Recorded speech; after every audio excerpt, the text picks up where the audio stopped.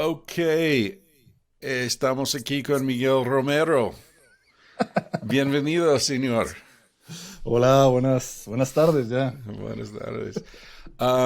Hey, welcome to the podcast again. Yeah, It's always thank good you. to check in with you. As I was saying just before I turned on the mics here, there's all this UFO stuff going on recently, and it made me want to check in with somebody who has a little more knowledge about these things than I do.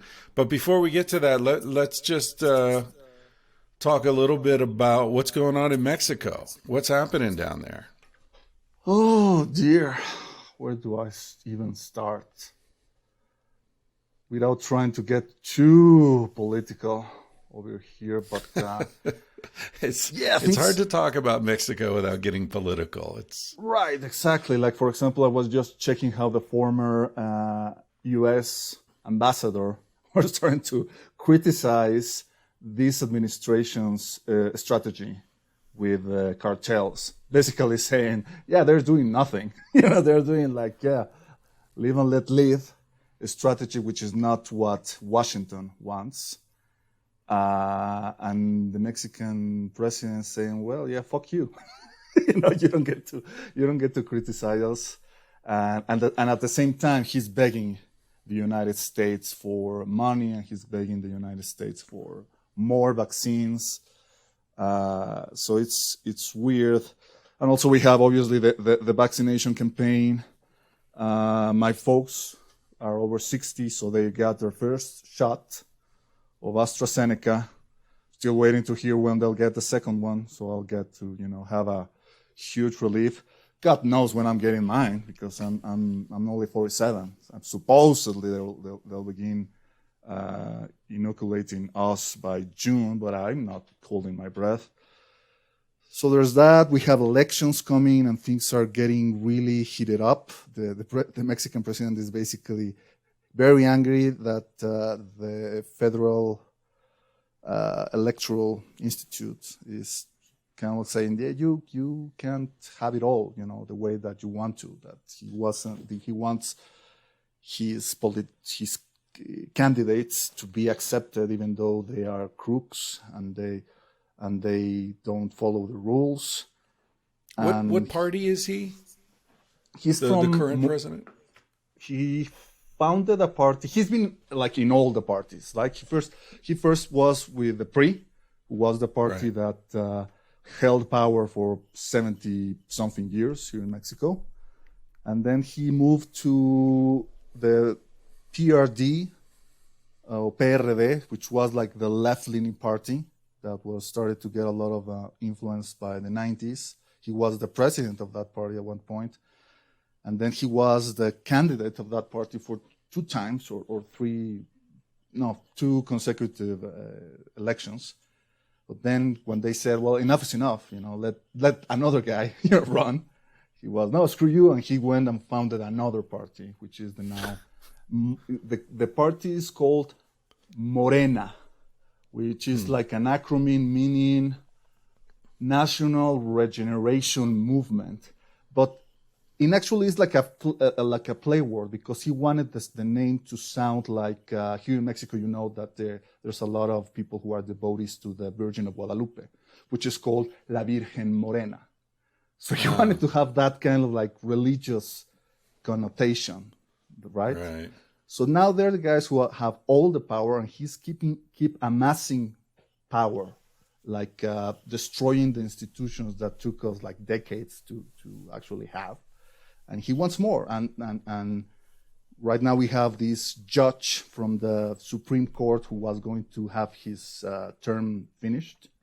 And his politicians passed a law to renew his term for 2 more years, which is against the Constitution. And the guy says, well, the Constitution doesn't matter. No? We need this. We need this to the transformation of the country. And it's like, what the hell? You're supposed to uphold the Constitution. So everybody thinks this is what he's trying to do in order for when the time comes when he finishes his term, he might say, well, you know what? I need more time, guys. Yeah. I need more like an extension. It's not really like, re-election, which here in Mexico is a big no-no. That's why we fought a revolution like 100 years ago.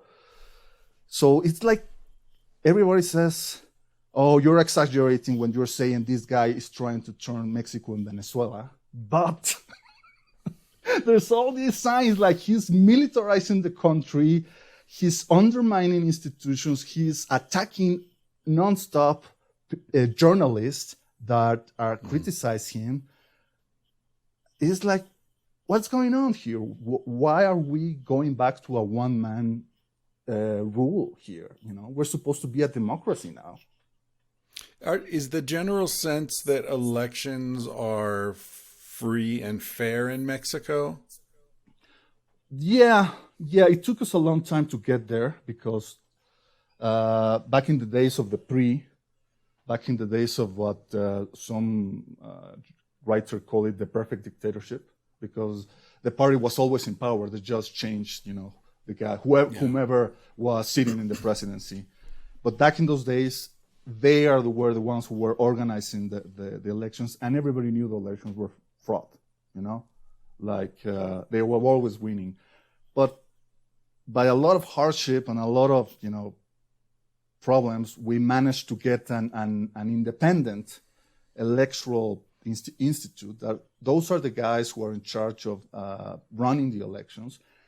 And the majority of the Mexicans trust that they are fair, that we do have free, fair elections. And in some ways, our electoral system is better than yours, guys, because here in Mexico, everybody gets a free voting credential, which is like your ID, Right.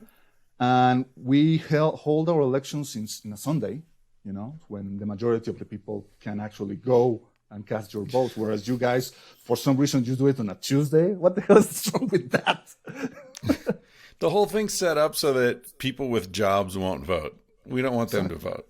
Exactly. We don't want them to vote. But yeah, we kind of like managed to get this semi-functioning, trusting electoral system, and he wants to undermine all that. He says, well, I might have to, cut the funds of the Electoral College because they are too corrupt, they are too expensive. We need to do things differently. It's like, no, you don't. I remember the days when the PRI was in power, and then like really serious things were happening. I remember what was his name? Cuauhtémoc Cárdenas. Cuauhtémoc Cárdenas, yeah, was running. Yeah, like this guy was like the son of another president of Mexico, Lázaro Cárdenas, who was very, very important in history. Like, he is the guy who nationalized our oil industry, like in the 30s. So he is kind of like almost like an historical icon by now. And Cuauhtémoc Cárdenas was born in Los Pinos, which was like the president's residency back in those days. And yeah, he was part of the PRI. And then, like, he wasn't allowed to be, like, the candidate or something. So he went and founded the other party, the one we were talking about earlier, the PRD or PRD. So he became mayor of Mexico City. For the first time, there was a democratically elected mayor of Mexico City. He was a huge deal. And then he ran for president. And there's this idea that he actually won the elections, but the PRI says, you know what? Guess what, guys? Like, the computer system fell down, and we don't know what happened. Let us make a recount.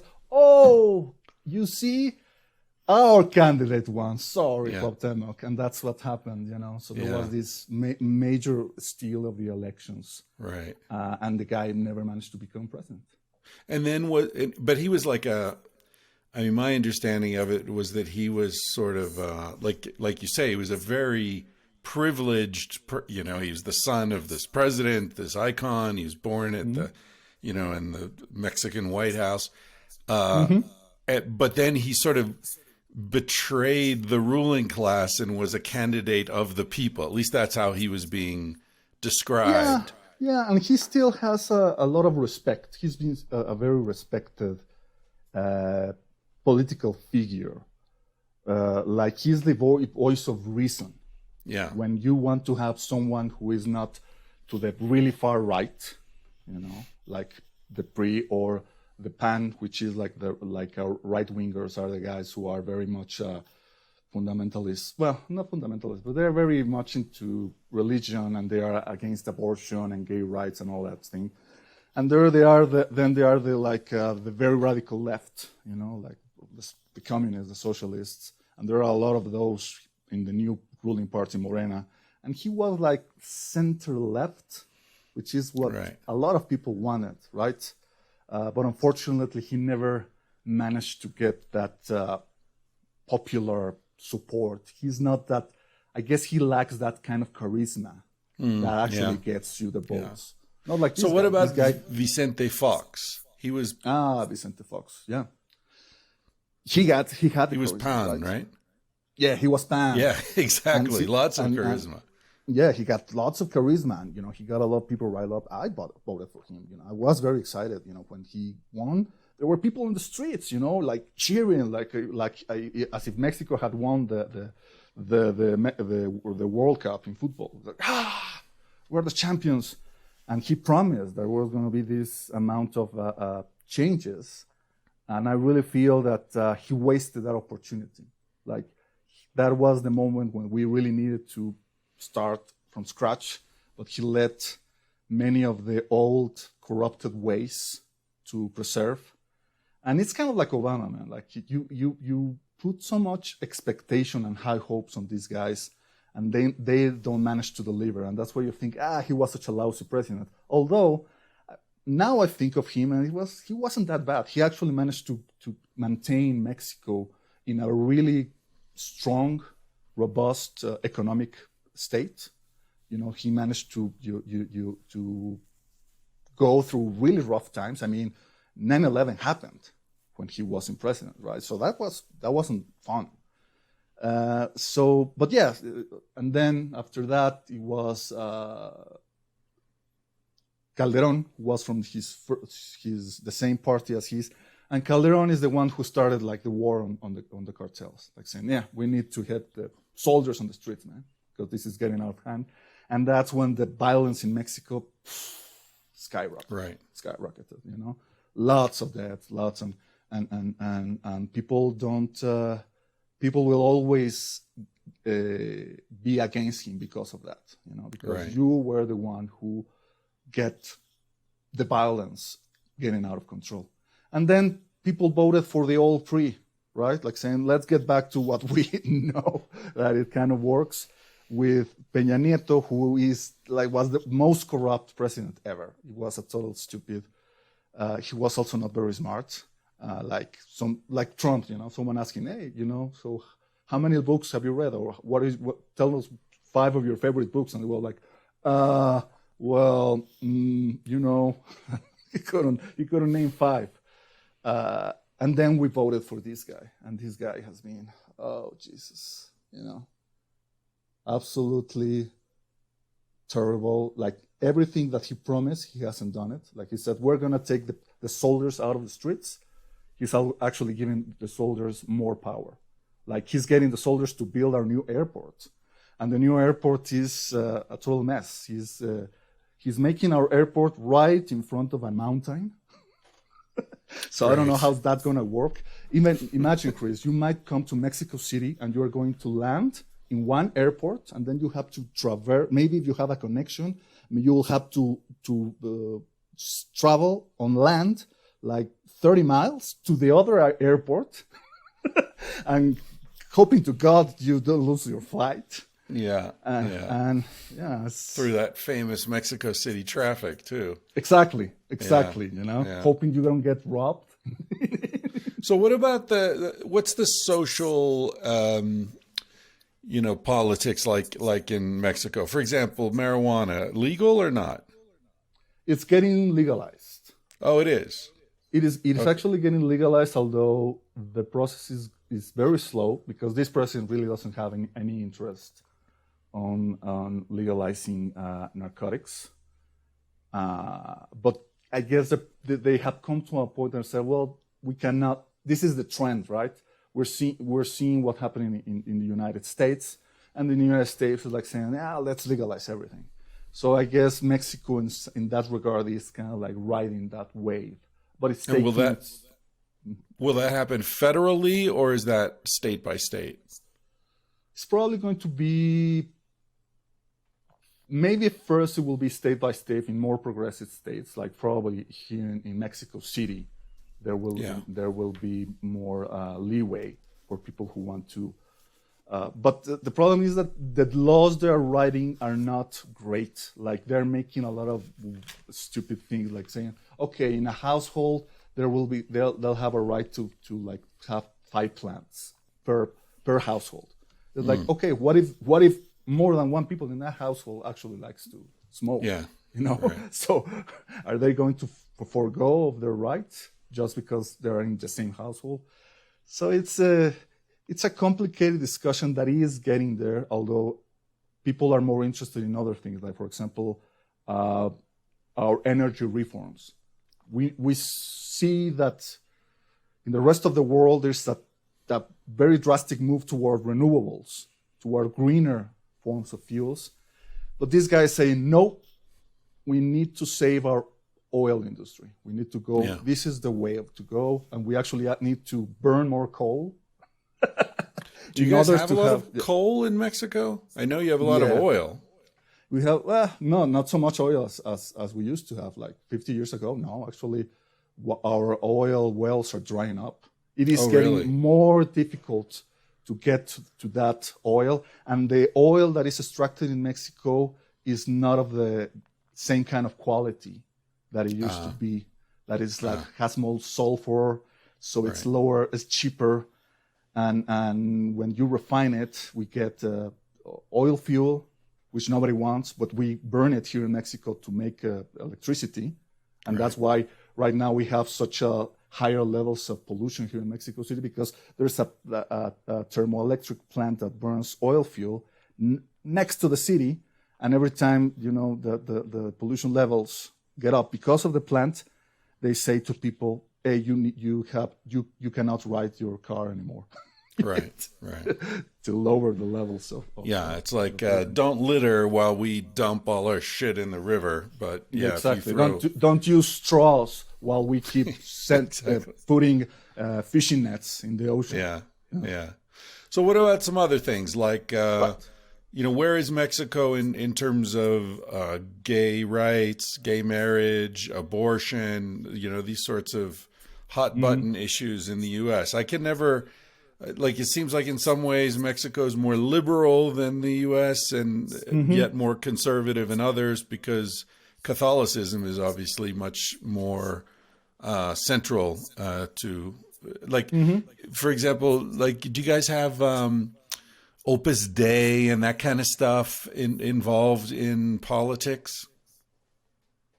Say that again. Opus Dei. Oh, in Spain, Opus Dei. It's like a radical right wing sect of Christianity, and they're very much involved in politics. Right. Sorry. Right. We do have Opus Dei here in Mexico, although they're not that involved in politics. They're involved in education. My 2 sisters actually went to school at a school that was run by Opus Dei. We have evangelicals that are getting very, very involved in politics. In fact, there is a guy who is the ruler of this sect called Light of the World, Luz del Mundo, who was detained in the United States for charges of child pornography. And he has a lot of friends here in the ruling party. He actually managed to get his 50th birthday party at Bellas Artes. Do you remember the Palace of Fine Arts? They rented the room, the whole place for him to have his birthday party. And he got detained in Los Angeles for charges of sexual abuse of minors, child pornography. And those guys, there's another party in Mexico that is very, very much into, Christian evangelicals, and they are very much against gay marriage. They're very much against abortion and all that. And like I said, the old PAN, they are also very like, well, no, we don't want abortion. Against gay marriage, maybe they don't say that much. And then we have the left wingings, who were the ones who actually got a lot of rights for the gay community, especially in Mexico City, like with Cuauhtémoc Cárdenas, became mayor of Mexico City, and we have a lot of progressive policies which were very good. Right. You see a lot of young kids, of the same sex holding hands, and mostly nobody, messes with them. Like 20 years ago, they would have beaten them, say, maricon or whatever, Nowadays, you can't even say, something like maricon, it's totally offensive. So the culture is changing in that regard, but not as quickly as we definitely would want to. Gay couples adopting kids, that's still kind of like a battle right now. Hopefully, we will manage to, Yeah, I remember reading something. I remember when Cárdenas was mayor of Mexico City, and like he was instituting a lot of these changes. Like Mexico City was way ahead of the U.S. in terms of accepting gay rights and gay marriage and stuff. Yeah. And I remember, I don't know if this was just a proposal or if it actually happened, but I remember there was I remember reading about a marriage certificate or something that you could get in Mexico City, where it was like a temporary marriage that you needed to renew every 5 years or 10 years or something. So it would be like you'd get married, and if you didn't remarry in 5 years, then it expired. It just automatically expired. That was probably Was a that proposal. No, okay, that didn't happen, huh? All No. right. I thought maybe good. that had actually. Yeah, I think it was a great idea. Yeah, so there's this progression in Mexico, but at the same time, you see the crime and abuse against women. It's in an all-time high. Oh, really? What we call it femicides is being an all-time high. And this president, he doesn't want to accept it. He's actually very much against women's rights, and he's kind of annoyed by them, because they are one of the few groups that can actually stand against him and his policies, and he's like, no, well, we only want you to behave politely, don't go and make a mess, don't do vandalism, things like that. Right. And it's like, you're not getting the message. And at the same time, one of the recent scandals as his party, they were promoting this candidate for governor of a state. And this guy has been accused by several women of rape and sexual abuse. And the president was like, well, guilty until proven innocent, we need to let the guy, let the people decide, Yeah, innocent until proven guilty. Yeah. Yeah. Well, I mean, there is something to that, We're seeing people getting accused of things and their entire lives being destroyed with no process. I don't know. These things are difficult. So listen, I see you. First of all, I want to thank you publicly for your help in the Dean Radin interview that I did a few weeks ago. Haven't posted it yet, but that was really helpful. Because you're much more knowledgeable about research into paranormal activity or phenomenon than I am. And so thank you for that. But I also, I don't have a clear sense of exactly what it is. Like, where are you on the UFO phenomenon? You're obviously, it's something you think about a lot. I guess you've done research, you've published some stuff. But I see you on Twitter sometimes, and it seems like you occupy this sort of skeptical but open-minded space. Is that accurate? I think that I will be comfortable calling myself a UFO heretic. Oh, okay. Like, what is that? I've listened to you, Chris, Muse in your podcast saying something to the effect of that we're seeing the collapse of institutionalized religions, right? We're seeing this problem because there needs to be something that occupies that space because nature abhors a vacuum. And even something like that was being said by the guest that you had in the last podcast that you posted. This guy, what's the name of this Jamie? guy? Yeah. Jamie Wheel? Yeah, and I didn't finish listening to that conversation yet. Like I was like 1 hour in, and he was saying something like, okay, on the one hand we have the fundamentalist religious types, and on the other hand we have the nihilists, and he was kind of like saying, and we have a void between the two, and I was waiting for him to say, wait a minute, but there's something in the void there, man. I know there's something in the void there because I swim in that void, and that void is occupied by fringe ideas and fringe beliefs. I was waiting for him to drop the UFO thing because I honestly think that when institutionalized religions begin to disenchant people are not feeling attracted to those ideas. Maybe the Richard Dawkins of the world and the Michael Shermers thought, okay, we keep attacking the Catholics and the Muslims, and then the young minds will come to our fold, right? If we keep saying how stupid it is to think that Noah could manage to get all the animals inside the ark, or saying, hey, so where did Cain get his wife? Where did she come into this situation? If we keep pointing to those logical loopholes, then everybody will become a materialist, atheist, skeptic, and we will reach the Enlightenment. Well, guess what? Yes, Guess what? Kids are no longer going to mass every Sunday, sure, but they're not turning into atheist skeptics either. There's a lot of kids that are embracing things like witchcraft, like this trend about witchcraft on TikTok, on all this social media, and there are more millennials that are interested in astrology than people over 60 that are interested in astrology. Like you can make a meme on Twitter, like say, oh, I'm having a shitty day, Mercury on retrograde, am I right? And people will laugh because they get the joke. I don't get the joke because I'm too old for that, but they get the joke.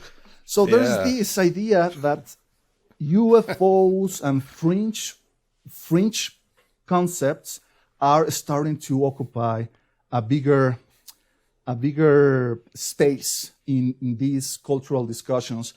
But the problem is that I see that there is, in some regards, some kind of like move to make UFOs like the new state religion, as it were.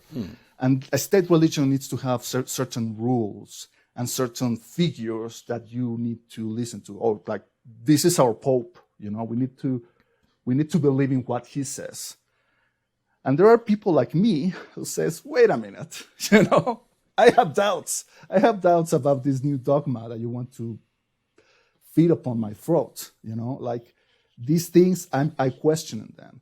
So that's why I call myself a UFO heretic. I'm not a UFO atheist. A UFO atheist will be a skeptic that says, oh, this is bullshit. It can't be, therefore it isn't. There are no such thing as UFOs. Yeah. I'm not into that camp. I'm into the camp of, yes, there is something to this phenomenon. Something real, something tangible, something that affects people, transform them in very interesting ways. And we have to look into it.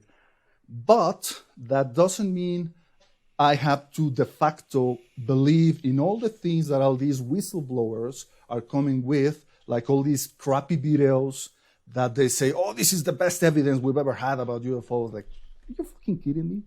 This piece of crap? I mean, just because you say so? Or you have all these people saying, oh, Louis Elizondo says that there might be evidence that they were recovered flying saucer crashed and retrieved bodies. Okay, well, where's the proof? Show me the proof. Otherwise, it's still hearsay. Otherwise, it's still dogma that we're fighting over, all these mythologies. So that's why I call myself a UFO heretic. All right. So do you think, first of all, am I right that there is an increase in, at least in media awareness of these phenomena? I mean, I'm seeing stuff weekly, probably, that they're, a flight not far from here recently, I think New Mexico, the pilots reported seeing something flying by them, some tubular object, and the military is saying it wasn't us. They didn't used to deny that. They didn't used to say anything.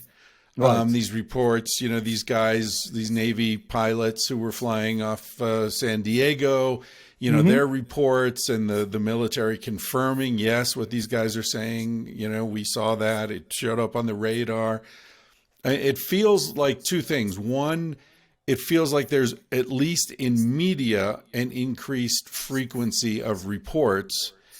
And it seems that for some reason that I don't understand, the government is relaxing their rules of engagement when these things happen. Is that accurate? There's definitely, at least especially in American media, right? In English-speaking media, there's definitely been in the last 3 years an increase of UFO news, especially in media that didn't used to address those stories. Like one of our most important ufologists of the last decades, Stan Friedman, one of the guy who helped the idea of the Roswell crash and all that to become part of the culture. And he used to say something like he called the New York Times syndrome. Like many people will say, well, I don't believe in UFOs because if they were real, I will read about it in the New York Times. So if the New York Times doesn't touch the subject of UFOs, I know that there's nothing to it. And then in 2017, boom, you have the New York Times article, and everybody like, okay, what the hell, And it was kind of like a game changer. One has to admit it. Even though by that time, like mainstream media had to deal with problems of like lack of money, lack of sponsorship, and a big chunk of the population saying, "Oh, fake news." I'd rather listen to Alex Jones or Breitbart News than the failing New York Times, as Donald Trump used to call them. So there's that. Yeah, there's definitely an increase, and there's kind of like a push for this kind of narrative, and I guess people in the Pentagon are no longer like saying no comment, right, with regards to the UFOs. At least the Pentagon and the Navy. The Air Force are still pretty much following the no comment policy since the days of the Blue Book ended. Like saying, well, with no comment, we're not interested, we're no longer investigating UFOs, go away. But the Pentagon, yeah, it's kind of like saying, yeah, okay, yeah, those videos are real, but in the sense that they were taken by Navy personnel. They are real videos of things. Like right now, I could make a video of my balls, and it's a real video, but it doesn't make my balls UFOs, right? There's a difference. You identify testicular objects. So people need to understand that, because when I hear people who have a mild interest in the subject saying, "Oh my God, the Pentagon just confirmed UFOs are real," no, that is not what they're saying. They're saying that these videos were real. They were taken by Navy personnel, and some of those videos, yeah, they remain unexplained. But that doesn't necessarily mean, okay, therefore aliens. In fact, there's a tendency by some of the people who are pushing this story to sell the story by saying they could be a threat, that they could be some new advancement made by our enemies. Like this could be Chinese drones, or there could be some kind of weird Russian platforms. Maybe our enemies managed to get like leapfrog us and have a huge advancement that we're not aware of. And in fact, there's another guy who writes for this website called The Drive. This guy's name is Tyler Rogoway.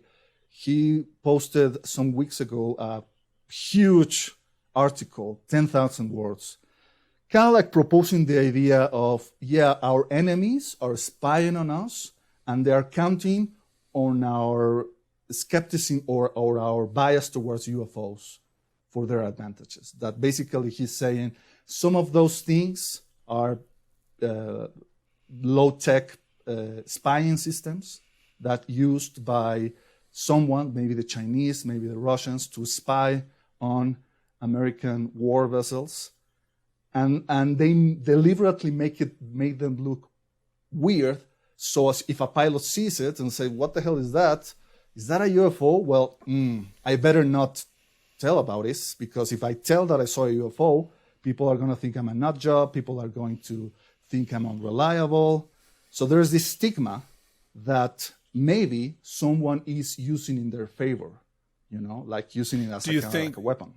And could that explain, or at least that sort of argument could explain why the Pentagon is relaxing their engagement around this to try to remove that stigma, so that if pilots do see something bizarre, that they're more likely to report it? Perhaps, and not only pilots, Chris. Like, for example, you're right now in Creston, Colorado, right? Right. So in Colorado, lots of UFOs here. Yeah. Lots of UFOs, and also maybe you should talk to your neighbors and friends about drone sightings that happened a year ago. I read about that. Right. That wasn't here in Crestone. That was more up around Denver. But I think so, dozens of drones flying in formation and all that. And the military said they have nothing to do with it. But and the FAA said well, they disappear, so case closed. It's like, wait a minute. And especially because seems that some of those drones were coming very close to sensitive installations, nuclear installations, military bases. So it's weird, right? And also the fact that the way that the media deals with it. At some point, there were articles saying that it had all been a frenzy. It had all been a mass hallucination. Oh, people didn't see drones. They were seeing planes, or they were seeing the moon or the stars, and they thought they were drones. Like, no, they weren't. Actually, people were seeing something. I don't know if they were drones. I don't know if they were actually something far more exotic, because let's not forget that commercial drones, or even top-of-the-line drones, have very limited characteristics when it comes to like hovering over long periods of time. Like your best commercial drone can only hover in the sky like half an hour at the most. Yeah, there are other kinds of drones, fixed-wing drones that kind of like fly like a plane.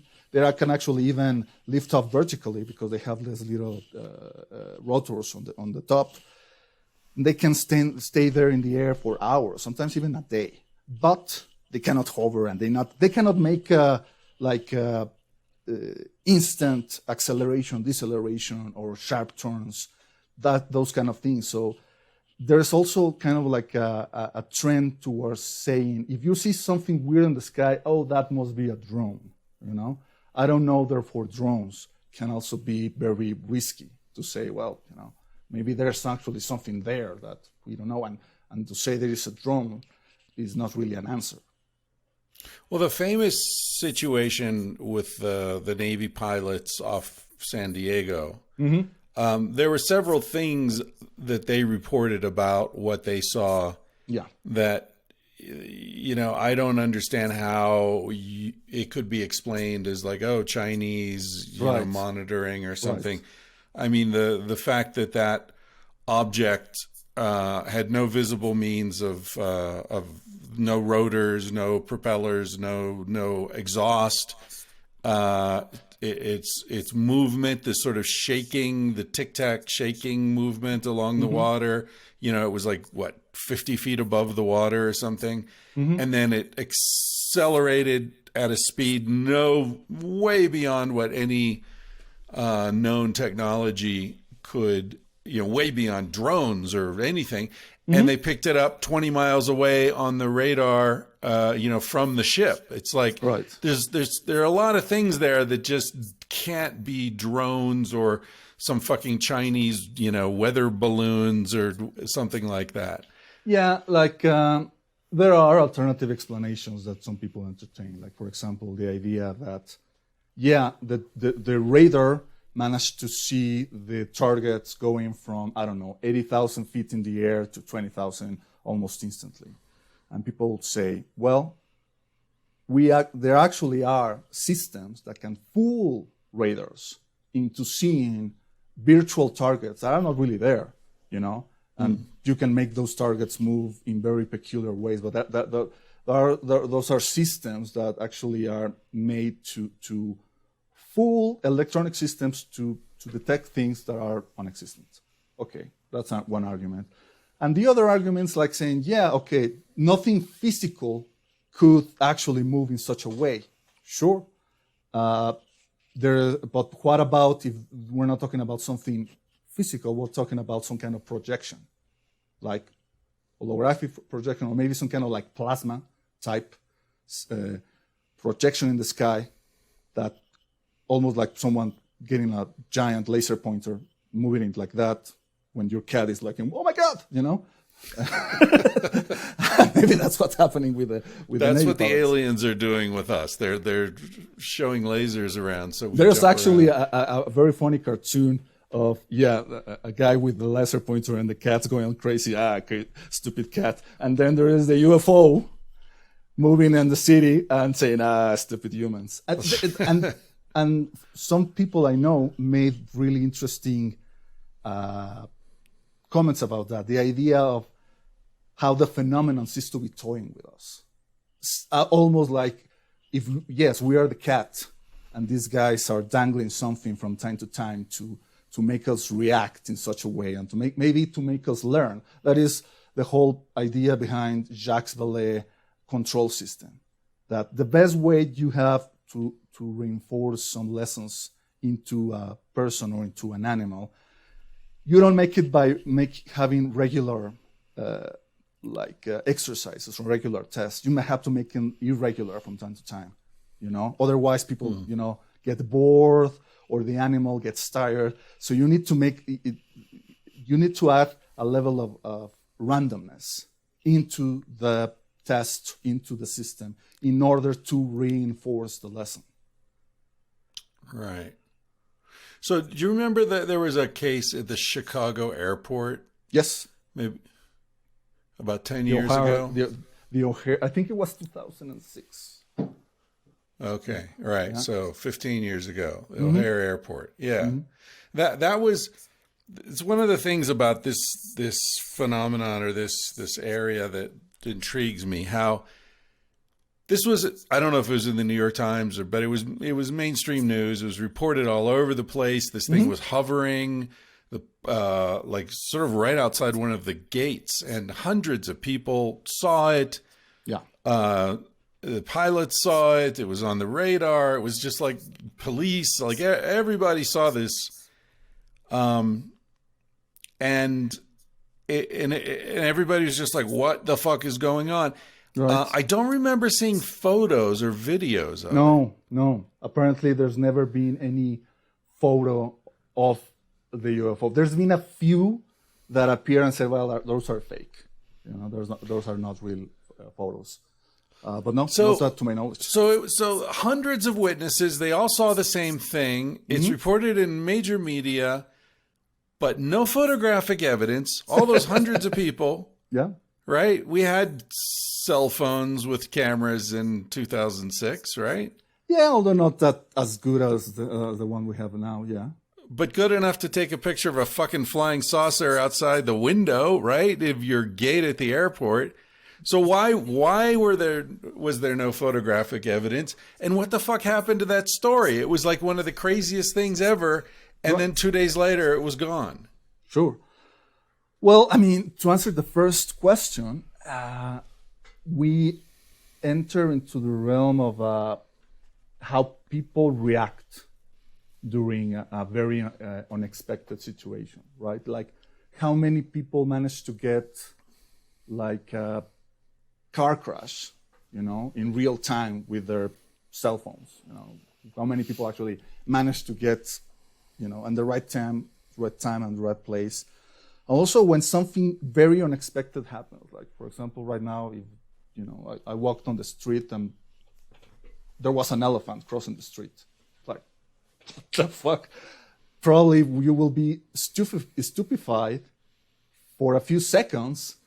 And maybe after that, it was, oh shit, I forgot to, I'm going to take my camera. And then you're fumble with it. And then by then, the elephant is gone. There's that. And then there's also stories of people who actually, they said that they saw the UFO and they were marveled by it. And then by the end of it, they said, why didn't you take a picture? I didn't think about it. Like, I wasn't interested in taking a picture, like it didn't occur to me. Like, so there's some kind of mind control that's part of the event? Well, not only that, but it's also the idea that sometimes there are professional cameramen have the best equipment available. They have the saucer right there, is beautiful, and the camera doesn't work. Right. And yeah, I know skeptics hear this and say that's bullshit, but that's what people say, And there seems to be some kind of like what Jacques Vallée says, a self-negating component in the phenomenon. The phenomenon doesn't want us to believe in it too much. Oh, actually, that's one of the. One of my favorite stories is about this patrolman. I think it was in Nebraska in the 1960s. I think his name was Herbert Schirmer. So he got abducted, and then he got like hypnotically regressed, and he remembered seeing these aliens. Weren't the typical gray aliens we hear about. These guys were like shorter, like 1.5 meters in height, tan skin, cat-like eyes, with a weird like patch with a winged serpent. And they were tell him, are you the watcher of this town? Said, yeah, well, watcher, come with me. And they gave him the tour of the saucer and all that. And at the end, one of them said to him, we want you to believe in us, but not too much. Like, what the hell is that supposed to? What the hell is that supposed to mean? And there's this almost like dreamlike logic that rules the UFO phenomenon to such a degree that that's why I feel that we still don't have that smoking gun of like that perfect photograph. And by the way, right now, if we had the perfect photograph, what use is that? Because we have so much technology to fake videos today. You have technology to put Gal Gadot's face in a porn clip. Of course, you have technology to make a convincing video of a UFO landing, on the White House. Right. Right. So, but that's a good point. But there are people who have tried to get, that tangible evidence, like Robert Bigelow, this guy, this weird billionaire. And I remember that the whole thing with Dean Radin started because Joe Rogan had Robert Bigelow on his show, and Joe was showing a lot of skepticism toward psychic phenomena and all that. And Bigelow is very much in favor of psychic phenomena. Right now he's funding these like contests to try to find evidence of the afterlife and all of that.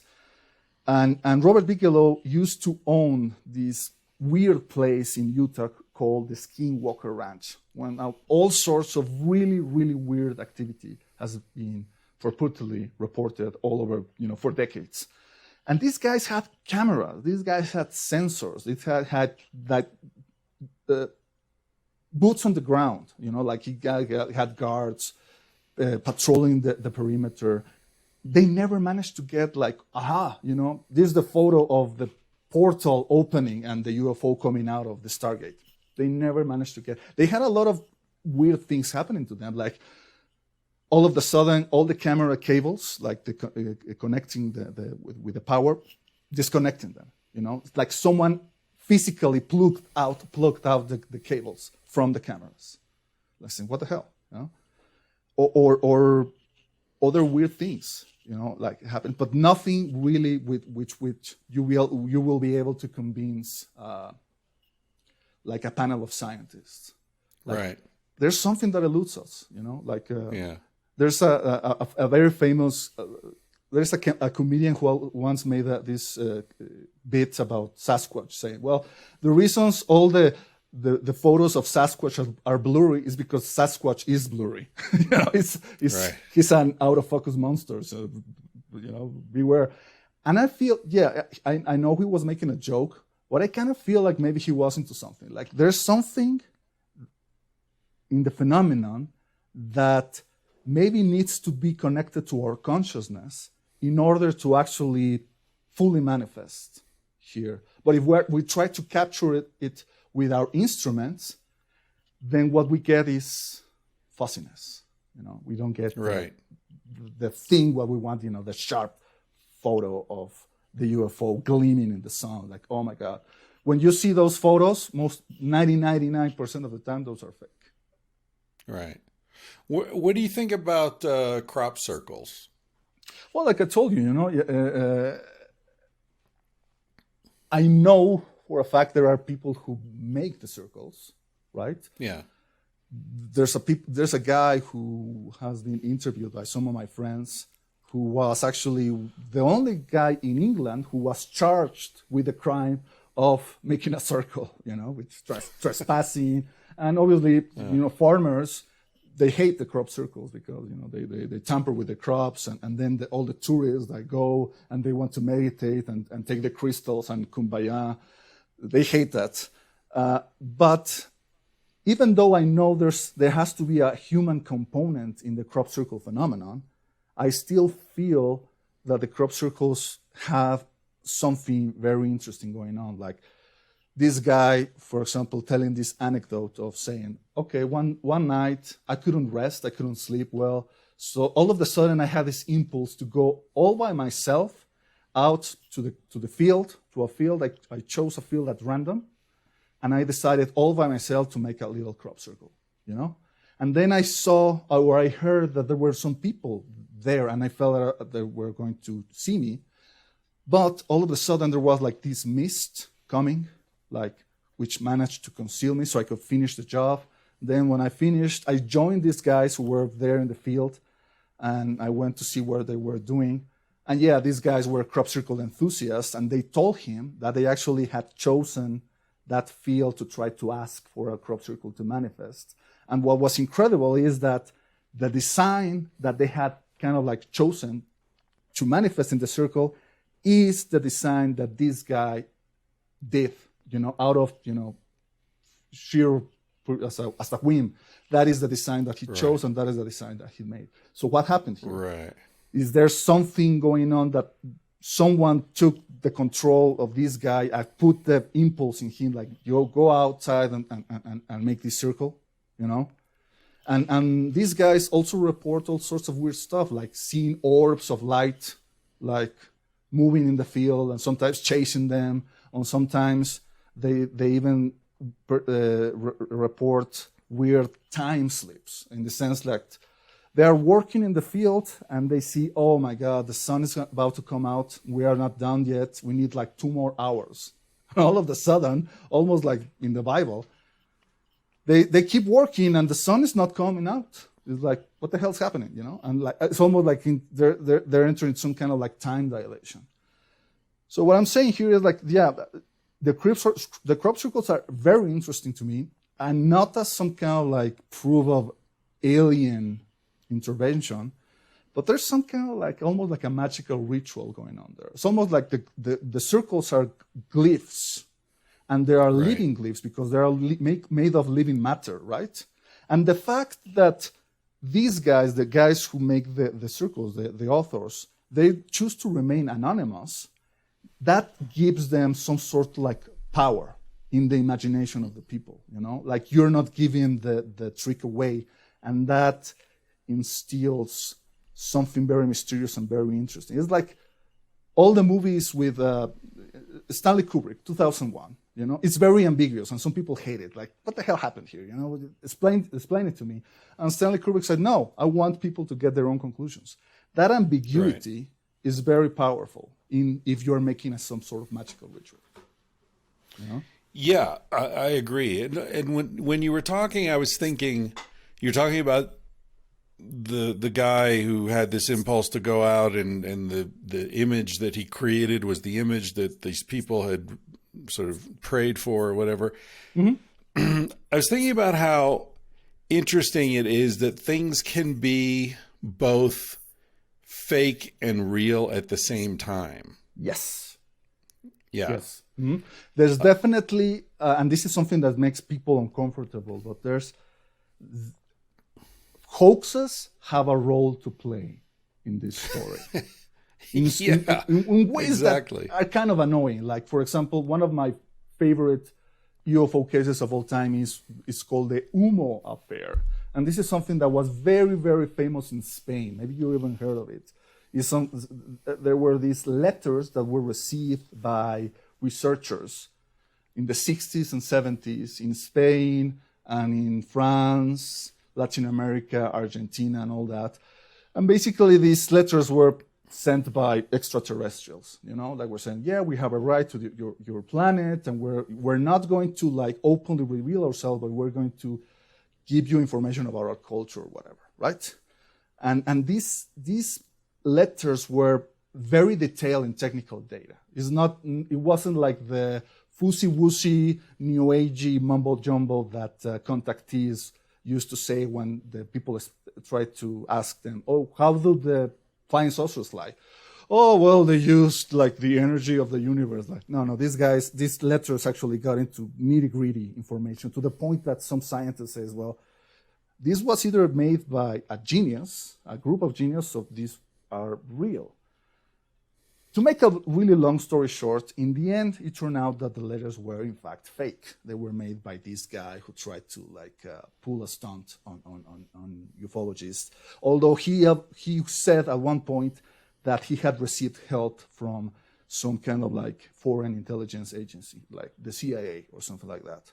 I won't get into that, but the point I'm trying to make is that the symbol that he used for those letters, and that symbol that was used and that appeared in these photos of a UFO that was supposedly appeared in this place, San Jose de Valderas, in Spain in 1967, I want to say.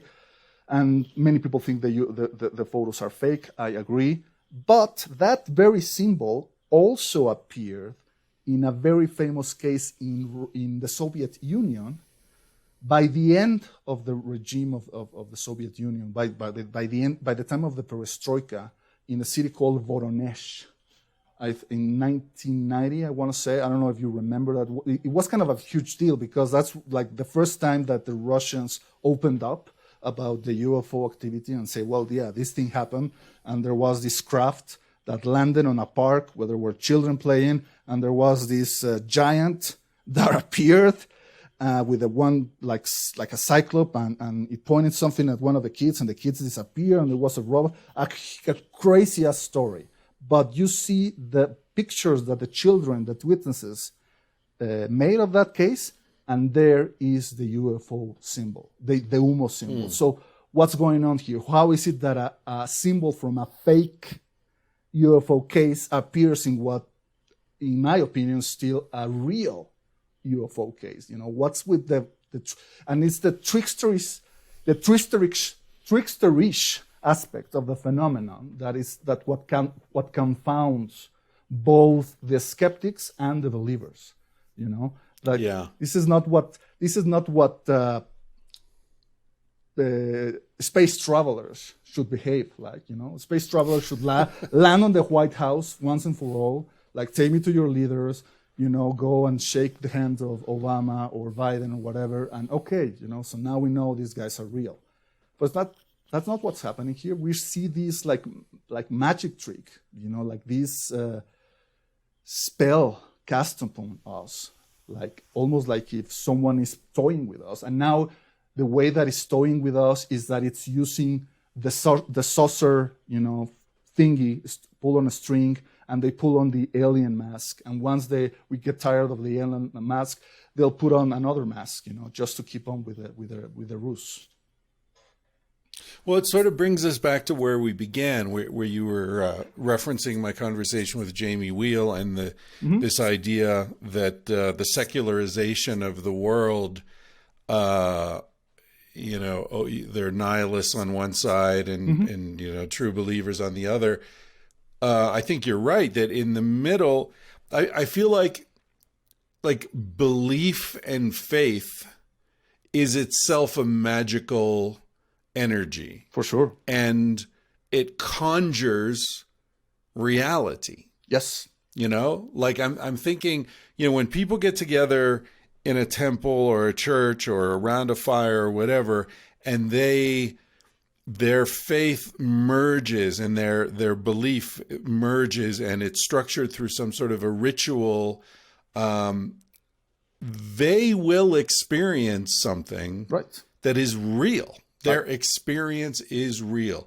And they might experience the presence of Jesus, or they might experience, a UFO. They might experience, oneness with the universe. And there's so many different things, but that experience is real, even if it's conjured somehow by this focusing of faith and belief and desire. Yeah, there's this guy in the UFO scene, Dr. Stephen Greer, right? And he's a very controversial figure. Some people love him, some people hate him. He's something of a guru type of figure in the scene, and he has these kind of like what he calls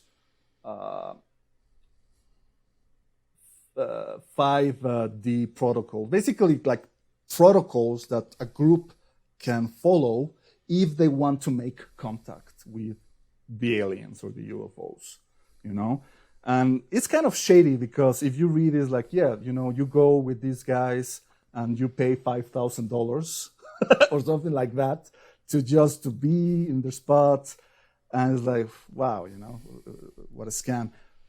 But even people who hate his guts and who think he's a total fraud, some of those people will say, yeah, but the protocols work, because if you have enough people with the right amount of intention, they will actually get to see something, And it's not like, oh, yeah, they are confusing the ISS or some Starlink satellite and they think, oh, that's the UFO. No, maybe something more difficult to explain. That's in the UFO scene. Some people talk about what is called tulpas. Tulpa is a word that is borrowed by Tibetan Buddhism, right? It was introduced in the West by this British mystic Alexandra David Neal. She was the first woman to go to Tibet to go and visit the forbidden city of Lhasa, dressed as a man, because like pacifist or no, they will probably kill her. And she was the one who first talked about how Buddhist monks with enough practice and meditation and intent can actually create these like thought forms, like these manifested ideas that get tangible in reality. And she did that, allegedly, the idea that she started to think of a jolly fat Buddhist monk, and the Buddhist monk appeared and started to follow her retinue, and it was, people saw the monk, not only her, but then the problem was that the tulpa, or this monk, began to get out of control. He lost weight and he began to be more tricksterish. The tulpa began to gain a life of its own, and then she tried to do some kind of ritual in order to get rid of it. So some people say, well, what if UFOs are some kind of tulpa manifestation? What if it's some kind of and this is something that I proposed to you in our first interview. What if the UFO is some kind of manifestation from our unconscious, that is gaining some kind of a life of its own. And the question is, will the UFOs exist if there are no people here on Earth to think about it? It's just like the gods, Will Zeus and Jehovah cease to exist if there are no people to pray to them? Right. It's an interesting question. Yeah, that's crazy. I mean, it makes me think of all sorts of psychophysiological phenomena, right? Hypnosis. It's like hypnosis fucking exists. It exists in people who are able to be hypnotized. And man, people have had fucking open heart surgery with no anesthesia other than hypnosis. Right. So, have you ever heard of the Philip experiment? I don't think so. Okay, it's very interesting. It's something that happened in the 1970s, I think in Canada. Some group of parapsychologists decided to say, okay, what if we could invent a ghost? Basically come up with the story of a guy who lived in the past, totally fictional, right? Something come out of their, imagination. So invented this history of this fake individual, and they tried to see if they could communicate with the fake individual nonetheless using Ouija boards and whatever. And at first they didn't have much success, but in the end, I guess they managed to get enough energy into it that they got to get responses from it, even very dramatic responses. That they will sit on the around a table, right? And the typical experiment of putting your fingers very lightly on top of the table and saying, "Hey, Philip, try to make the table fly, or try to make the table hover." And once they got into it, the table will start to move on its own. Like, "Hey, are you moving it?" "No, and you're not moving it." And so it goes to show that you can get, like we said, real psychic, unexplained manifestations, even if the source or the origin of the story is totally bogus, Yeah, that opens up all sorts of interesting issues about group belief, right? Like, those people who say, we can change the world by changing the way people think. They may be right. I mean, they may be right in some sort of dimension that at least I hadn't considered. Imagine if, and this is something that actually Dean Radin proposed in his book Real Magic, which I highly recommend to people listening to this. It was like a speculating on his behalf. Okay, but he said, what if we actually manage to reach a point in which we can understand the laws of magic? I mean, to him, psychic phenomena is magic, right? What if man managed to get to such a point in which we can tap into this power or this energy in order to, like you said, shape reality to our convenience? Could we be able to stop the glaciers in Antarctica from melting, right? Fix the ozone layer, regrow the Amazon forests or something like that. And I want to say a hopeful maybe at this point. I don't know how many people you will need to get into that kind of sync. Right now, it feels like we can do that, but on the opposite way. There are so many people who are so pumped up by the idea of the world collapsing that it's also almost like if they are actually manifesting the end of the world by their pessimism. You know what I mean? Yeah. There's a wonderful... Yeah, that's interesting. Go ahead. There's a wonderful movie called Tomorrowland with George Clooney and it's directed by Brad Bird. And that's the idea that we reach a point in our culture in which it's easier to think of dystopias than it is to think of future utopias in which, we actually manage to live fulfilling lives, it's almost even in superhero movies. People say, why are superhero movies so dark and gritty? It's because, if you put color into it, nobody will believe it. Nobody believes that the guy will get the girl in the end and the thing will get better. Everybody's expecting the world to end.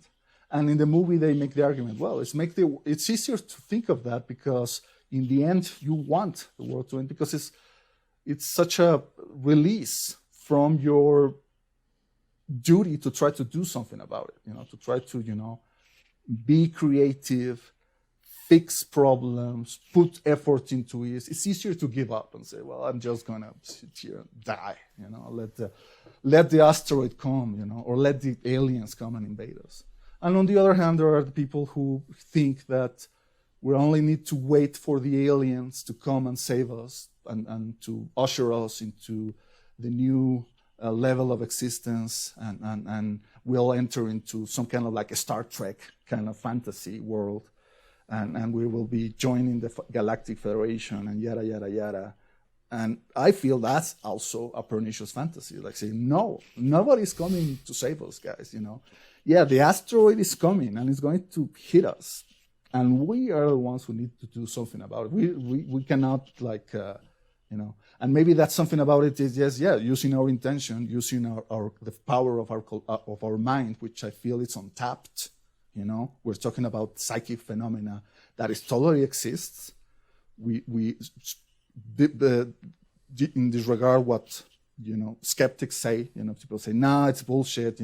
James Randi, and Joe Rogan saying, well, James Randi had the $1 million challenge, and that's why we know that psychic phenomena is bullshit. And then Robert Bigelow got so mad, saying, oh, Randy was a fraud, and he was a fraud.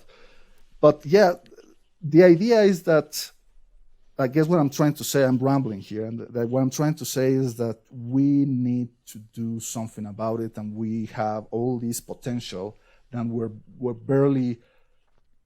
barely starting to comprehend, and maybe we actually manage to use it for good use. We could actually save this world, and turn it into a paradise.